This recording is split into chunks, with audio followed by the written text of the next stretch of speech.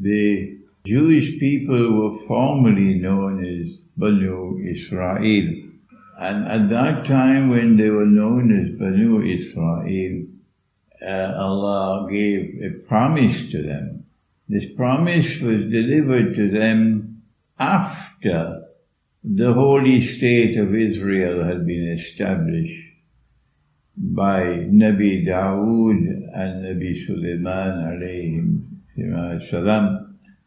And after that state had collapsed upon the death of Nabi Sulaiman alayhi salam, and after it had been attacked and destroyed by a Babylonian army, and the Israelite people had been enslaved and taken into exile in Babylon. All of this is Jewish history, but also it is covered in the Quran. It was at that time when they were in Babylon that Allah subhanahu wa ta'ala delivered a promise to them through His prophets, that He was going to send someone who would be known as the Messiah, and that He would be their prophet, and that He would restore the golden age when the holy state of Israel was established in the Holy Land, and it had become the ruling state in the world, and the Israelite people, will once again rule the world. This was the promise which was delivered to them about the advent of the Messiah. And we know that Allah allowed them to return to the Holy Land after some time in exile in Babylon. And we know that the temple was rebuilt, but the Holy Land remained under Roman rule. And we know that Allah did send the Messiah to them, but He tested them. Some of them passed the test, and they accepted Nabi Isa alayhi salam, Jesus, the son of the Virgin Mary, as the Messiah. But others failed the test because they said, وَنَعُوذُ بِاللَّهِ مِنْ هَذَا, he's a bastard, because his mother was not married. Allah tested them and they failed the test. When he became an adult, he said, I am the Messiah. But they rejected him. They rejected him, among other reasons, because Allah tested them, as I said earlier, and they failed the test. And so they rejected him as the Messiah, and they believe that the Messiah is still to come.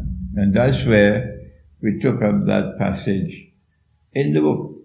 They are still waiting for the Messiah to come 2,000 years later. It is a cardinal article of faith for these people that Allah's promise must be fulfilled, the Messiah must come. After the attempted crucifixion, Allah no longer refers to them as Banu Israel. No. Now they are divided into two. One part of Banu Israel, which accepted Nabi Isa alayhi salam as the Messiah, they are now known as Nasara, the Christians. And I have explained elsewhere why Allah used the term Nasara for them and what's the meaning of Nasara.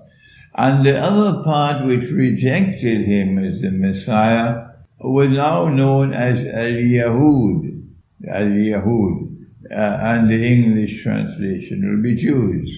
And these two combined, who are all formerly Banu Israel, are now called Ahlul Kitab. So they are waiting for the Messiah to come. And 2,000 years have passed and they're still waiting. But the Quran affirms that the Messiah came and the Messiah left. And there is ample evidence from the Quran that the Messiah will return. But they don't accept that he was the Messiah.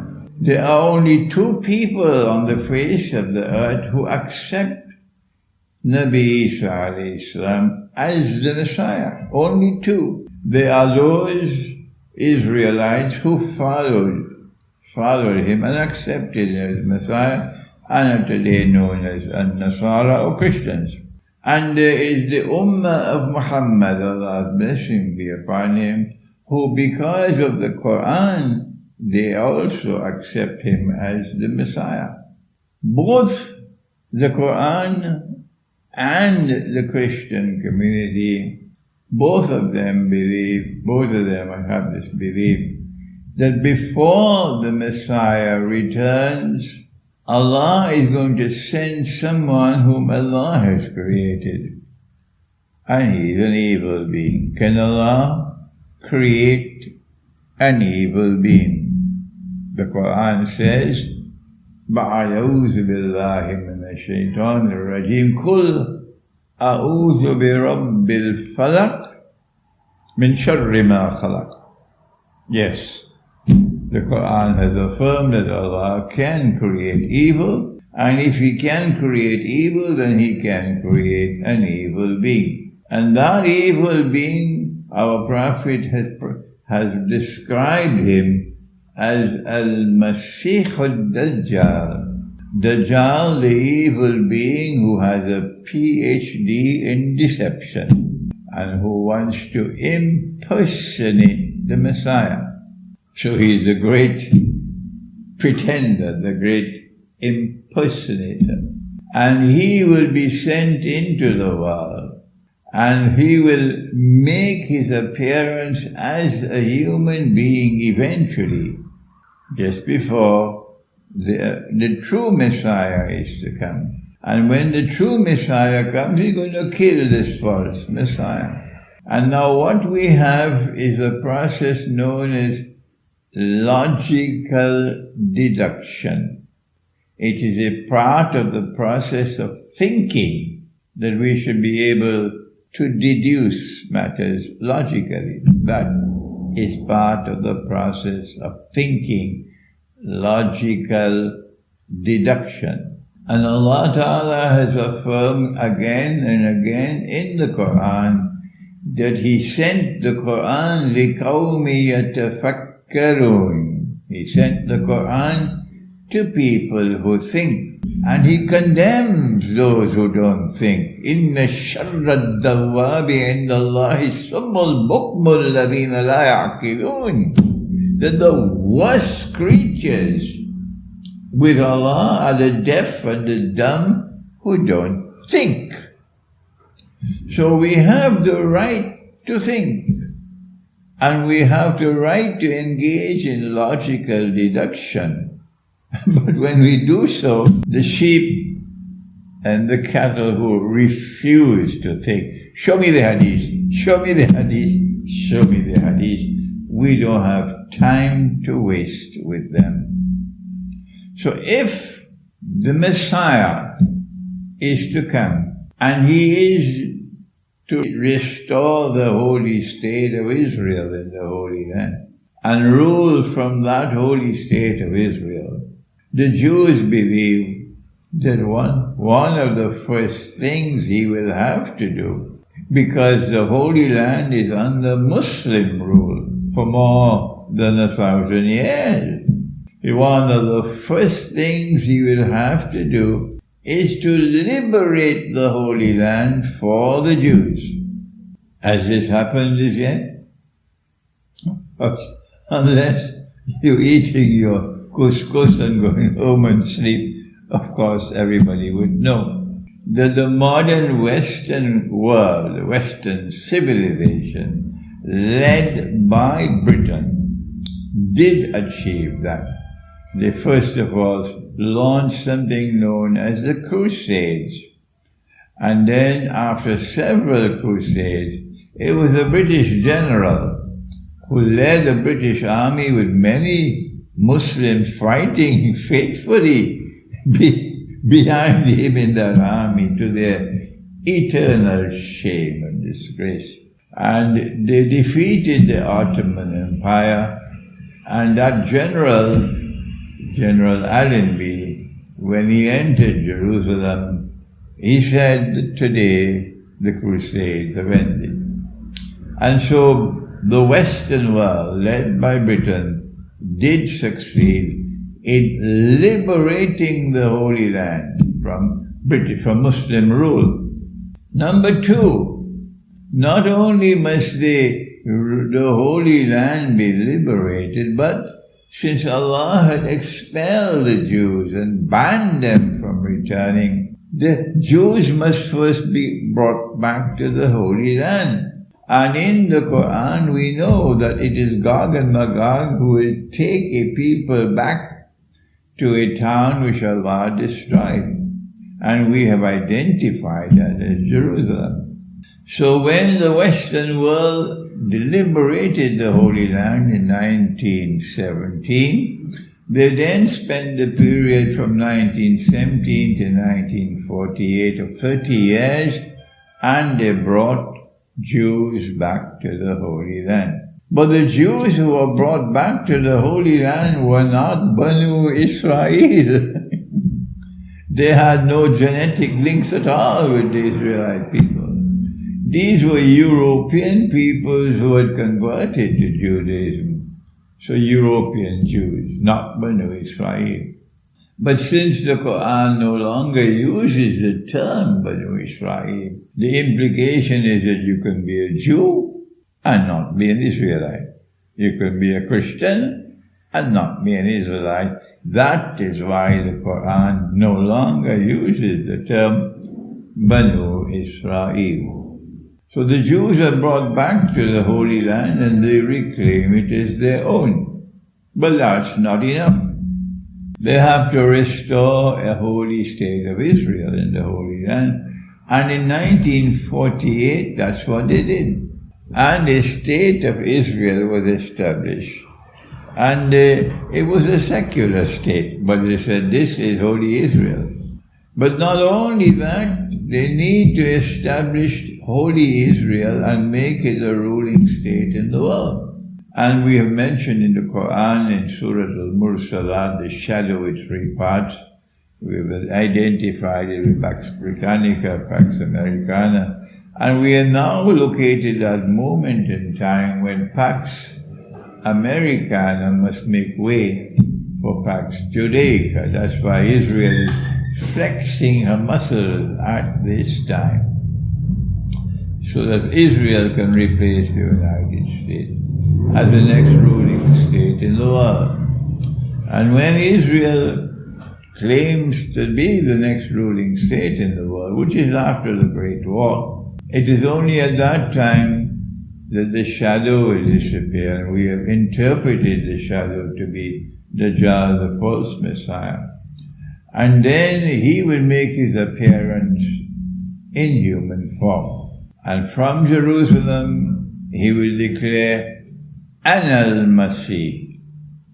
And all the Jews who lack the capacity to see with the internal eye, basar, they will be deceived and they will accept him as the Messiah. It was at that time, after he has completed his mission, that Allah will then send, number one, the Imam al-Mahdi, alayhi salam, and then after that, Nabi Isa alayhi salam will return, and he will then kill Dajjal.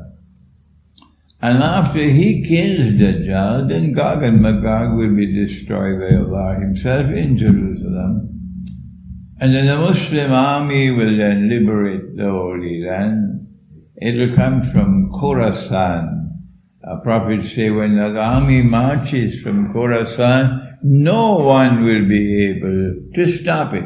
After the Muslim army liberates Jerusalem, the Holy Land, the Jews will be fleeing. Today they are arrogant, ruling and oppressing the Muslims, fighting them, starving them to death, denying them food, denying them water, denying them the capacity to even live in their land, destroying the land where they're living in Gaza. It is awesome oppression. But at that time, when the Muslim army is liberating the Holy Land, Allah's Messenger said, they'll be hiding behind rocks and stones, and the rocks and stones will speak and say, oh Muslim, there's a Jew hiding behind me. Come and kill him. Not all Jews. Not a Jew is denouncing Israeli oppression, as there are Jews in the world. We're talking about the Jews who are oppressors.